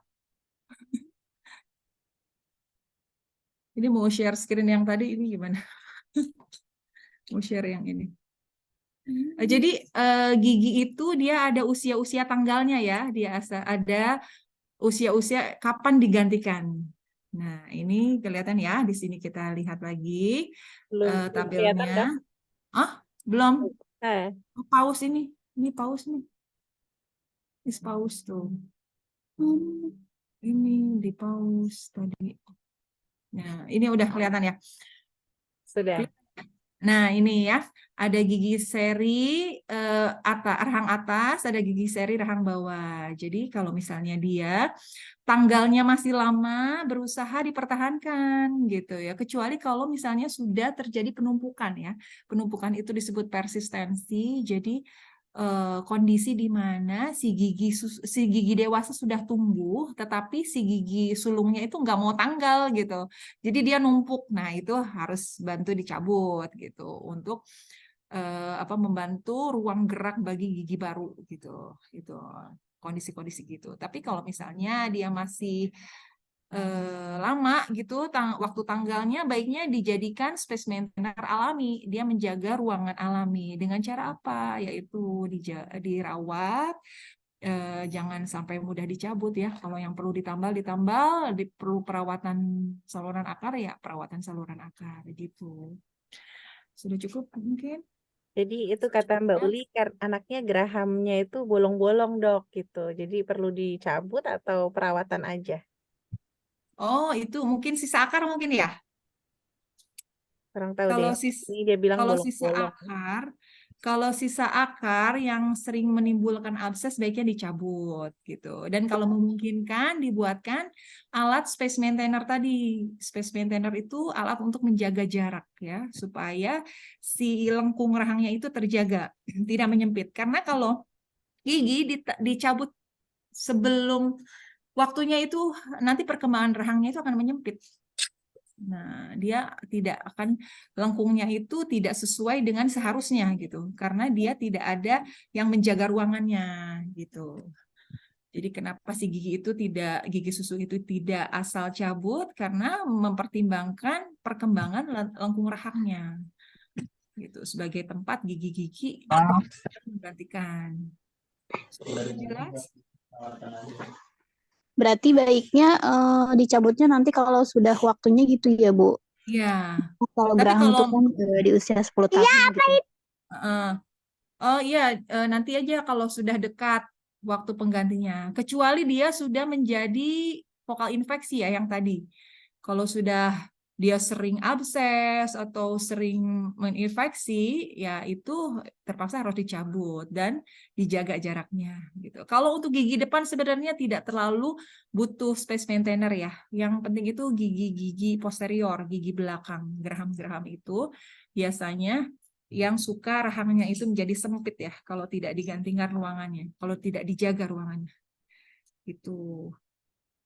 Baik, cukup menjawab ya, Cak Uli. Iya, makasih Bundi, Bu Dokter. Iya, Kita lanjut ke pertanyaan selanjutnya ya, Bu Dokter. Dari Teh Sali ini ada 3 pertanyaan. Pertanyaan pertama, karies superficial itu bisa hilang nggak sih dok dengan sikat gigi atau perlu ke dokter saja? Itu yang pertama. Kemudian yang kedua, bagaimana mengkondisikan anak usia dini supaya saat sikat gigi itu bisa maksimal? Kemudian yang ketiga, jika pasta gigi anak yang beredar mengandung fluoride sesuai takaran, apakah masih aman? Jika tidak berfluoride tapi mengandung propil paraben, bagaimana Bu Dokter? Silakan Bu Dokter. Oke, bismillah. Jadi si gigi itu yang pertanyaan ketiga dulu ya. Untuk pasta gigi kalau misalnya kita mau milih-milih ada sih produk lokal itu yang tidak mengandung fluoride. Contohnya saya sebut merek aja ya, Aquila. Ya, Aquila dia ada yang tidak mengandung fluoride gitu. Atau apa tuh? Mom Choice ya, kalau nggak salah, Mom's Choice itu dia juga ada yang nggak pakai fluoride. Jadi fluoride dalam kandungan sedikit pun sebenarnya baiknya jangan ya, apalagi untuk anak-anak yang belum mahir dalam menyikat gigi itu baiknya dihindari gitu. Apalagi apa sih bahan yang tadi mengandung propil paraben. Paraben itu adalah bahan-bahan yang harus dihindari ya dalam skincare atau dalam apa sih pasta gigi ya, karena itu mengandung toksik juga dan sebagai endokrin disruptor juga ya, menjadi apa merusak untuk merusak kelenjar endokrin juga gitu. Itu propil paraben ya. Terus kemudian yang pertanyaan kedua apa ya tadi? Mana ya itunya ya? Tadi karies superficial bisa hilang dengan Oh sikat iya. gigi atau perlu ke dokter dok? Oh, karena kalau karies superficial sebenarnya asal dijaga kondisi mulutnya, kita perbaiki asupan mineralnya, sebenarnya masih bisa tanpa penambalan sih, ya. Asal kita kalau udah ada superficial tuh cepet-cepet gitu kita rubah apa pola makannya untuk diet sugar gitu ya, untuk apa sih memperkaya mikrobiom gitu, yang tadi ya, untuk apa asupan mineral-mineralnya gitu dan pastikan penyerapan mineralnya itu baik gitu. Nah, itu bisa diusahakan dengan itu kalau untuk yang superficial. Jadi tidak perlu penambalan dulu gitu, nggak apa-apa, nggak perlu penambalan coba diusahakan dulu dari dental nutrition tadi, ya. Kemudian Baik. apalagi tadi yang pertama ya? Bagaimana mengkondisikan anak usia dini untuk supaya sikat gigi Oh bisa iya, optimal gitu, Dok? supaya optimal ya. Ya. Biasanya melalui video-video edukasi itu ada ya, banyak beredar sekarang tentang bagaimana kita menyikat gigi, seperti kayak Ipin Upin atau Nusarara ya, yang ada sikat gigi bulat. Oh, Nusarara ya, yang ada Ya, menggosok dokter. gigi gitu caranya. Ada yang apa, bulat-bulat, ada yang Bulat-bulat di mundur gitu. gigi. Nah, itu gerakan-gerakan seperti itu dia kan Gitu. mengajarkan ya. Kemudian dikasih contoh gitu, kasih contoh sama orang tuanya. Ayo sikat gigi bareng gitu. Dia ngeliatin dulu aja, ngeliatin dulu gimana orang tua. Jadi tauladan yang terbaik kan dari dia melihat ya apa yang dia lihat. Apa, Bunda sikat gigi supaya giginya nggak lubang, supaya nggak sakit gitu. Terus kemudian apa sih, untuk anak-anak usia dini memang tidak bisa dibiarkan menyikat gigi sendiri sih. Oke, dia latihan menyikat dengan keterbatasan motoriknya, tetapi kita sikatin lagi gitu. Kalau anak saya masih disikatin setelah dia sikat gigi sendiri, atau setelah disikatin ya dia sikat gigi sendiri gitu, atau setelah sikat gigi apa sendiri ya disikatin lagi, kita dicek-cek lagi gitu, karena memang permukaannya belum kejangkau semua gitu, belum apa, fungsi motoriknya belum optimal untuk menjangkau semua permukaan gigi yang perlu disikat gitu. Bisa diusahakan juga dengan probiotik tadi. Probiotik ada yang khusus dengan gigi gitu untuk menyeimbangkan pH mulut ya. Ya itu paling ya apa, pilihan odol-odolnya ya. Pilihan odol-odolnya harus diperhatikan. Itu dengan contoh dan dari video-video edukasi bisa dibantu dengan itu. Paling ya. Ya. Cukup menjawab ya, Teh Sali. Oke, Iya, alhamdulillah. lanjut ke pertanyaan selanjutnya ya, Bu Dokter. Dari Teh Diana nih. Anaknya usia 3,5 tahun, gigi taring atasnya belum juga tumbuh. Apakah ini wajar dan aman, Dok? Baik ya tadi. Gigi 3,5 tahun ya. 3,5 Gigi, tahun, gigi taring atas. gigi taring atas bawah. Gigi taring Atas atas. ya. Ya. Gigi taring atas.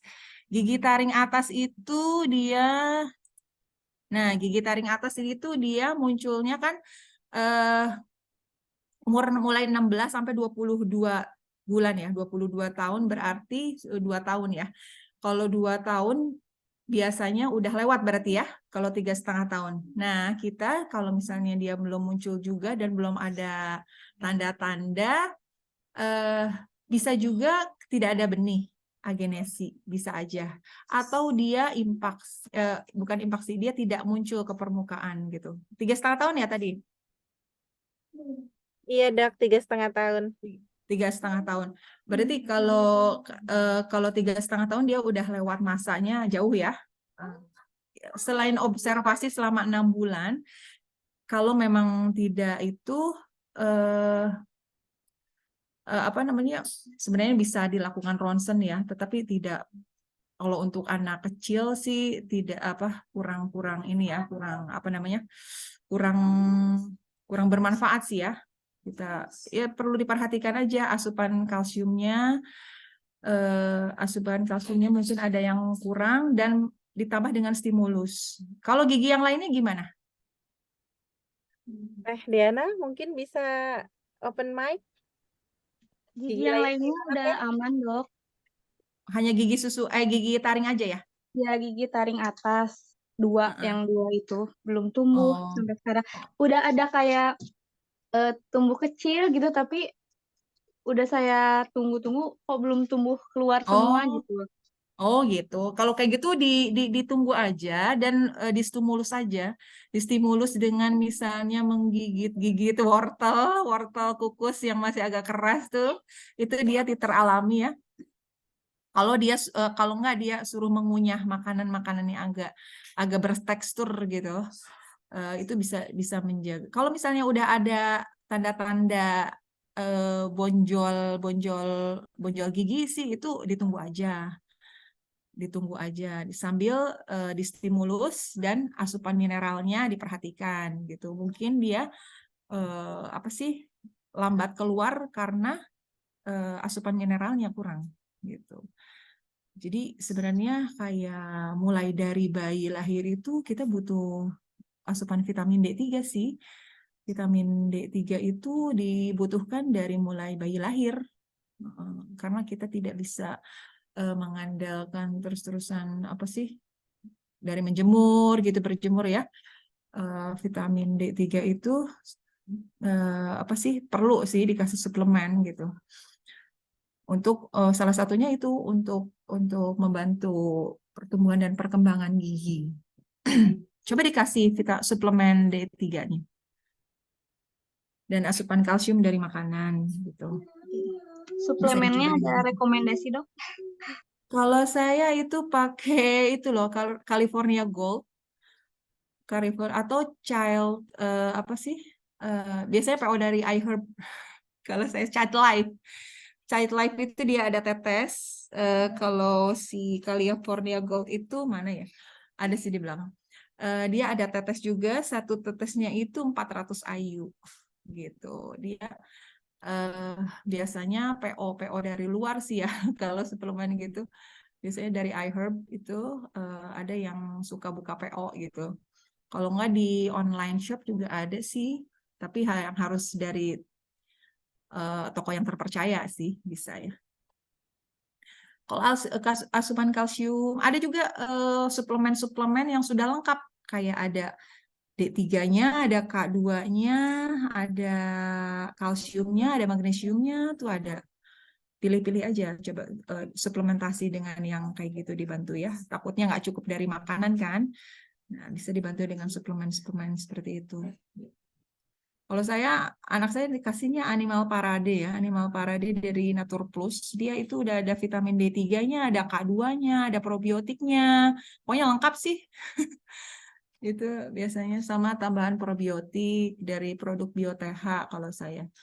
Biasanya untuk probiotiknya gitu. Nanti saya coba cari fotonya ya.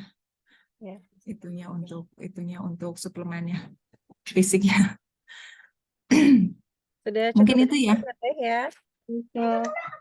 Mudah-mudahan gigi taring atas dedeknya cepat tumbuh. Amin. Ya, amin. Baik, selanjutnya pertanyaan dari Mbak Rosiana. Tadi kan sempat hilang timbul suaranya ya dok ya, jadi mungkin belum terlalu jelas. Jadi Mbak Rosi minta dijelaskan tentang dysbiosis itu apa sih dok? Kemudian bagaimana prosesnya hingga menjadi karies. Kemudian yang kedua dari Mbak Rosi juga, itu tadi kan juga salah satu penyebabnya itu adalah bernafas dengan mulut ya. Bagaimana prosesnya bisa menjadi karies? Oke. Mana tadi ya? Dysbiosis ya. Dysbiosis itu adalah ketidakseimbangan rasio perbandingan antara bakteri patogen, yaitu bakteri merugikan, bakteri menguntungkan, dan bakteri netral. Dia keseimbangannya keganggu gitu, yang akan menyebabkan munculnya suatu spesies bakteri yang dominan di situ, yaitu salah satunya bakteri Streptococcus mutans yang berperan untuk pembentukan karies tadi ya, yang seperti ini. Nah, dia kalau sudah terjadi dysbiosis nih, terjadi dysbiosis akibat perubahan pH mulut, dia akan menumbuhkan bakteri yang dominan. Ada yang spesiesnya menurun jumlahnya dan ada yang naik gitu. Nah, itu jadi nggak seimbang kan? Nah, itu maksudnya dysbiosis. Jadi ada bakteri yang dominan terhadap karies gitu saat terjadi kegangguan dysbiosis. Dan kemudian bernafas lewat mulut. Bernafas lewat mulut itu dia menandakan ada sesuatu yang nggak beres ya. Bernafas lewat mulut itu dia ketika bangun, biasanya anak yang bernafas lewat mulut itu kondisinya itu kurang segar bangun tidurnya itu. Karena apa? Bernafas melalui mulut itu dia menghasilkan stres. stres pada tubuh yang tidak disadari, akhirnya kayak kronis gitu. Kronis yang berkelanjutan yang akan menyebabkan, yang tadi sudah dikatakan ya, kalau stres yang kronis itu akan mengganggu keberagaman dysbiosis, akan memicu dysbiosis, dan akan akhirnya bakteri yang hilang, dan akan pH saliva dan akses bakteri terhadap mulut itu lebih mudah gitu. Gitu kan ya, ketawa aja bisa masuk gitu ya si bakteri itu, apalagi terus-terusan nafas lewat mulut gitu. Jadi aksesnya itu lebih banyak gitu ya, ketika kita anak itu bernafas lewat mulut. Kemudian akhirnya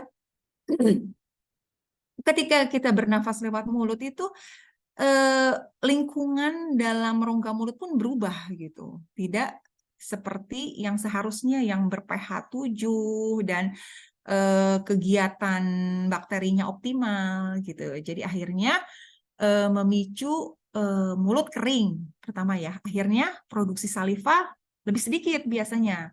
Dan seperti yang kita ketahui tadi itu saliva itu fungsinya sebagai protektor ya, sebagai protektor, sebagai pelindung gitu rongga mulut kita terhadap serangan-serangan bakteri yang masuk gitu. Jadi kalau misalnya pH-nya produksi saliva menurun, mulut menjadi kering gitu, itu akan otomatis akan mengganggu lingkungan mulut dan akan memicu terjadinya karies tadi gitu. Itu ya. Pertanyaannya ada lagi nggak ya? Barusan ada 2 apa 3? Iya, sudah terjawab itu, Oh, Dok. sudah semua ya. Ya. Ya, sudah cukup jelas? Teh Rosi, Mbak Rosi udah cukup jelas jawaban Bu Dokter? Insya Allah sudah cukup jelas ya. Mana Teh Oh Rosi? iya, untuk penanganannya ya, kalau misalnya anak-anak yang bernafas lewat mulut itu mungkin bisa latihan dengan tidur pakai itu plester ya. Kalau ketika tidur misalnya mangap tuh, atau ngorok gitu, Nanti bisa bisa mungkin nafas dibantu. nggak, Dok? Nah, Nggak apa-apa gitu, ya Dok. makanya dilatih dengan dia nafas lewat hidung. Misalnya tidur siang dulu gitu. Kalau tidur siang dia misalnya aman gitu, itu bisa. Yang plester mikrofor itu. Nah, kemudian dibantu juga dengan grounding. Grounding, nyeker pernah dengar? Iya. Grounding itu banyak sekali manfaatnya. Grounding itu salah satunya untuk mengurangi stres oksidatif ya, untuk ngecas elektron tubuh kita gitu ya, untuk mengurangi anxiety, untuk tidur lebih lelap. Banyak sekali. Coba di browsing nanti ya. Manfaat grounding itu bisa dibantu dengan dengan grounding. Dan grounding itu juga bisa memperkaya jenis mikrobiom kita karena bersentuhan dengan tanah ya. Otomatis ada bakteri yang menempel di kulit yang masuk gitu, jadi berkenalan. Kemudian bisa juga berendam dengan Epsom salt. Epsom salt itu garam Inggris ya, dia banyak mengandung magnesium itu. Nah itu magnesium itu banyak manfaatnya juga ya untuk keseharian kita.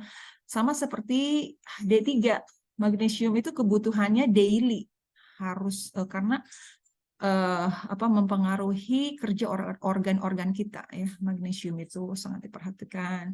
Dan kemudian bisa juga dilatih dengan suruh lari-lari gitu, otomatis kan dia latihan nafas gitu ya, terus kemudian berenang gitu, diajak berenang gitu supaya dia ada latihan gitu untuk tidak hanya dari mulut. Otomatis kalau berenang kan kalau mangap nanti kesel kan gitu mungkin ya. Sudah cukup jelas? Insya Allah sudah cukup jelas katanya Mbak Rosi nih.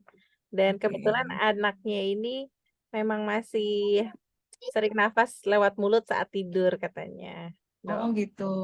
Hmm. Iya, mesti dicari itu penyebabnya sebenarnya karena kasihan sih anaknya nanti menjadi stres kronik itu akan menimbulkan masalah-masalah lainnya. Oke, hanya simple ya, nafas lewat mulut, tetapi efeknya kemana-mana loh. Itu akan capek, lelah gitu si tubuhnya itu. Sebenarnya ketika anaknya kerengkian nggak? Anaknya mudah kayak apa? tidak tenang gitu atau mudah rungsingan, mungkin itu juga bisa ngaruh ke situ gitu. Sekompleks itu ya, melalui apa? Melalui kebiasaan-kebiasaan kecil itu harus itu sih diatasin sih, bernafas lewat mulut itu.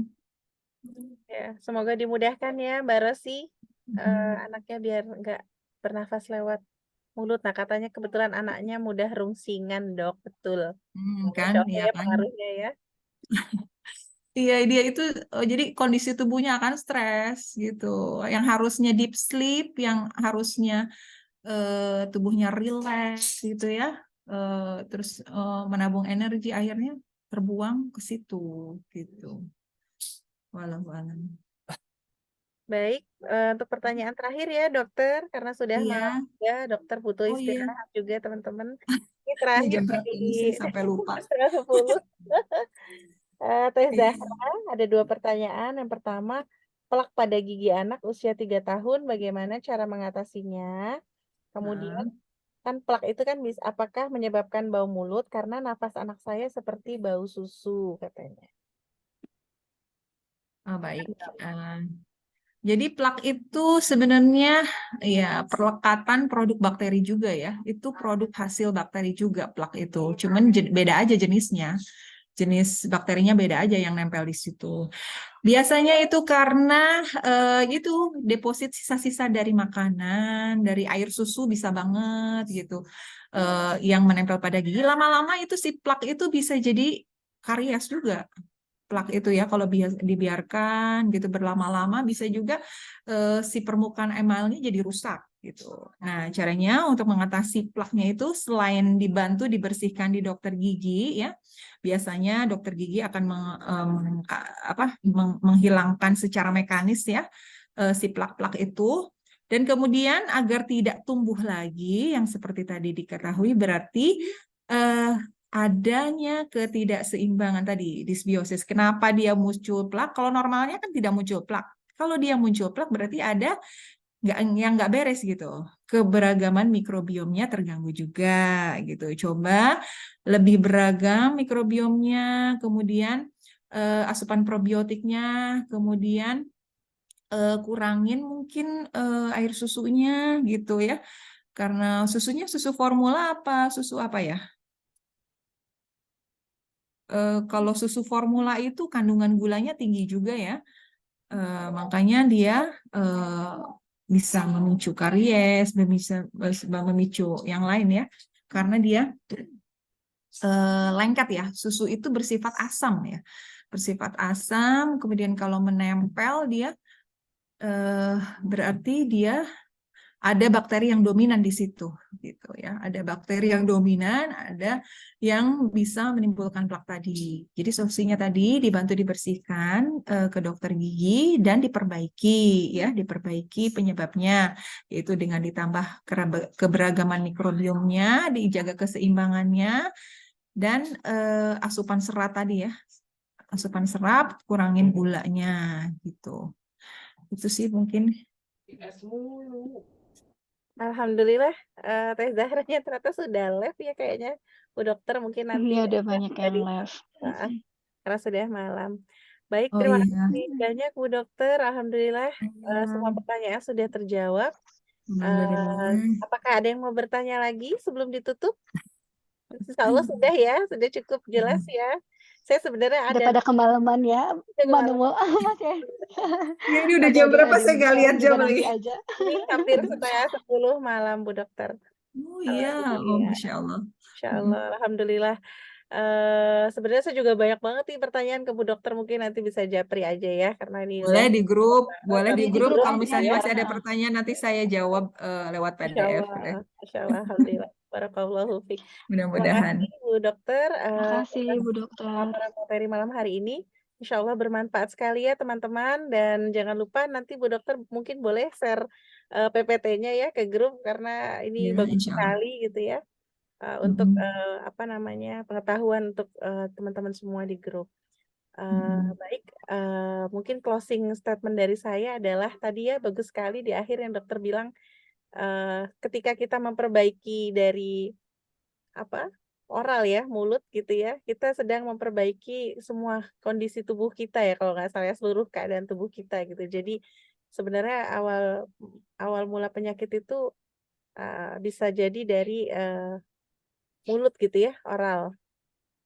Bisa kemana mana kan tadi aja bahkan dari nafas saja Masya Allah bisa ke anxiety disorder ya, ke anak sampai rusing dan lain-lain gitu ya. Jadi, ini sebuah, insight baru bagi kita.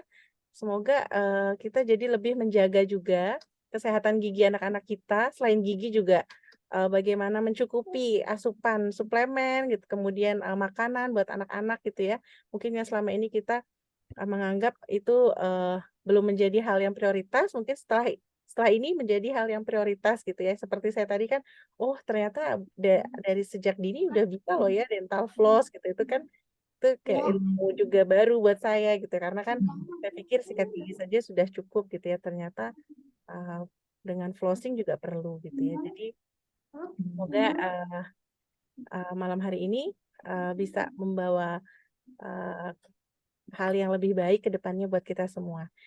Kurang lebihnya mohon maaf dari saya jika ada kata-kata yang salah. Jazakillah khair kasiron untuk Bu Dokter Novi Nurlaila atas kesediaannya untuk memberikan Jadi, materi yang Masya Allah bagus sekali malam hari ini, dan terima kasih teman-teman yang sudah setia sampai akhir selesai gitu ya, dan supaya berkesan kita foto bareng dulu ya sebelum kita tutup sama-sama. Kita baca hamdalah dulu deh sama-sama sebelum foto. Kita ucapkan alhamdulillah rabbil alamin Alhamdulillahirobbilalamin. dan istighfar dan sebanyak-banyaknya dan doa penutup majelis. Subhanakallahumma wa bihamdika asyhadu an subhanakallahumma wa la ilaha bihamdika illa anta asyhadu an la ilaha illa anta astaghfiruka wa astaghfiruka wa atubu atubu ilaik. ilaik. Astagfirullah, astagfirullah, Astagfirullahaladzim. astagfirullah. Kita foto bareng ya, teman-teman. Yang mau buka kamera silahkan, yang enggak juga. Izin nggak ada kameranya, masih kecil tidur. Iya, nggak apa-apa Mbak Feni.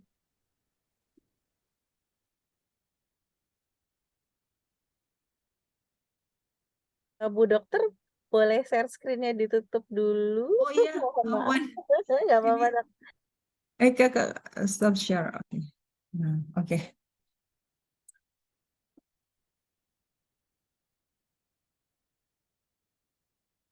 Bangun sayang, bangun. Oke, sekali lagi. Baby, bangun baby. Wake up. Baik, terima kasih banyak teman-teman sudah saya fotoin, nanti saya share. Terima kasih atas kehadirannya Cak Terima Uli, kasih Bu Dokter semuanya. Gigi. Terima kasih banyak Mbak Feni, kemudian Teh Sama-sama Santi, semuanya. Mbak Yuli, Mbak Dwi Aristi, Mbak Rostiana, dan Mbak Dina. Terima Assalamualaikum. kasih. Barakallahu fikum. Assalamualaikum warahmatullahi wabarakatuh. Waalaikumsalam Waalaikumsalam warahmatullahi warahmatullahi wabarakatuh. wabarakatuh. Warahmatullahi wabarakatuh. Saya tutup ya. Terima kasih. Selamat istirahat. Terima kasih, Bundi. Selamat.